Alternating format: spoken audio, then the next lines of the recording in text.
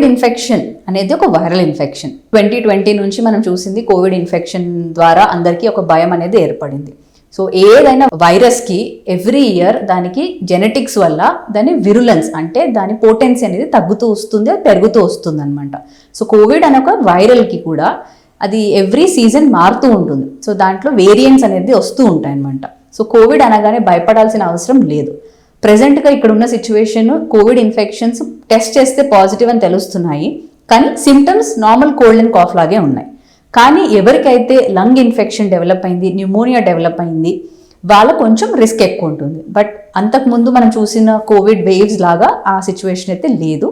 జాగ్రత్తలు తీసుకుంటే మనం ఆ సిచ్యువేషన్కి రాకుండా మనం కేర్ఫుల్గా ఉండొచ్చు.